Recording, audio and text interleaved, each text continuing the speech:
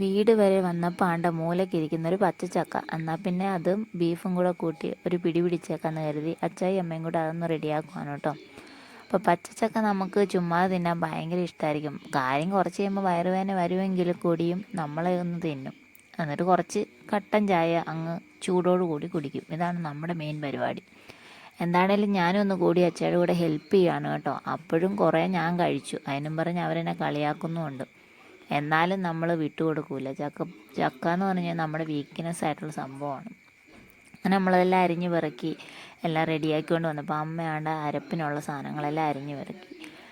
ഇതെല്ലാം ചക്കക്കുരു നമ്മൾ കുറച്ചിട്ടാണ് കേട്ടോ വേവിക്കുന്നത്. അതങ്ങനെ ദമ്മിടും പോലെ കുറച്ച് ചക്ക അതിൻ്റെ മുകളിൽ ഇച്ചിരി അരപ്പ് അങ്ങനെ സെറ്റായിട്ട് വെച്ചിട്ട് ആവി കയറി കഴിയുമ്പോഴേക്കും കൂട്ടി ഇളക്കിയിട്ട് അല്പം പച്ച വെളിച്ചെണ്ണയും കൂടെ അങ്ങോട്ട് ഒഴിച്ച് ഇളക്കി കഴിഞ്ഞാൽ സെറ്റ് സാധനം. നമ്മൾ ബീഫും കൂട്ടി ചായ അങ്ങോട്ട് അടിപൊളിയായിട്ട് കുടിച്ചു.